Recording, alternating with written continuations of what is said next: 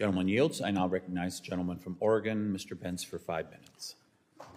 Thank you, Mr. Chair. And Deputy Chief Crockett, I missed your opening statement, so forgive me for perhaps asking you to cover stuff you've already talked about. But what is your thought on who would or how you would coordinate with the tribes under this proposed bill?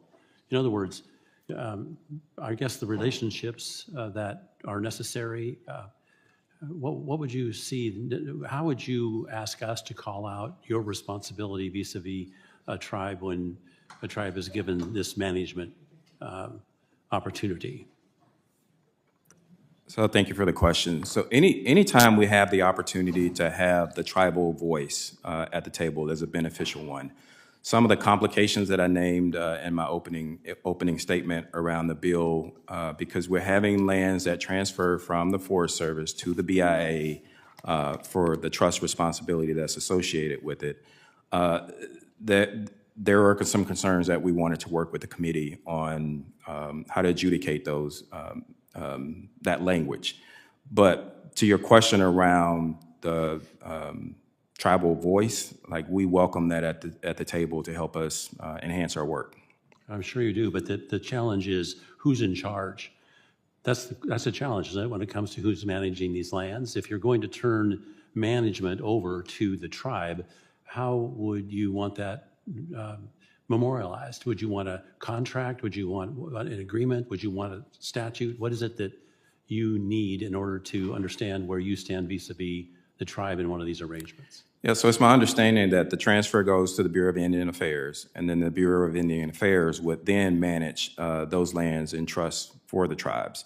So as long as we had an opportunity to be able to work with the Bureau of Indian Affairs on what that transfer would look like and then how it would be managed beyond that, I think that's where we'd find some opportunities for success.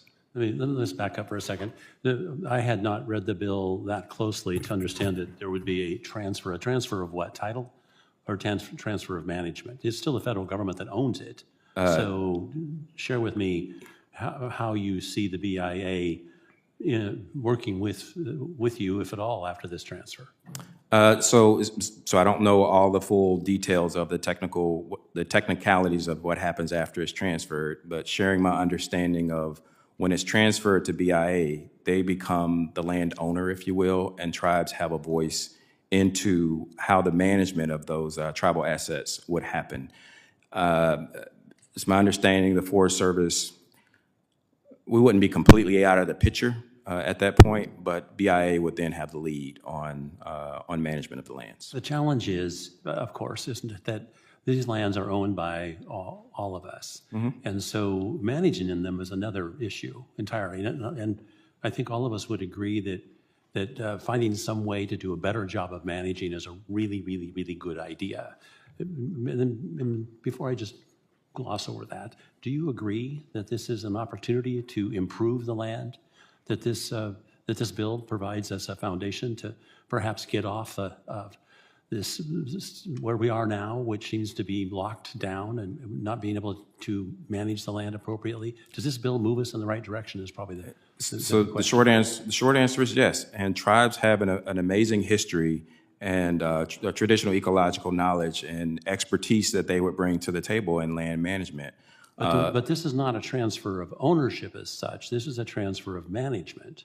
That is, the land itself still remains the property of the people of the United States, and what we have is another group who has a historical interest in treating the land well, now, quote, managing it, not owning it. That's where I'm trying to go with this question.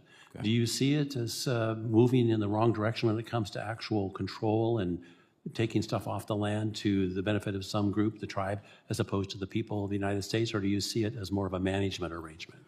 So the management opportunity is a beneficial one, whether it's the Forest Service managing it or the tribal expertise helping to management.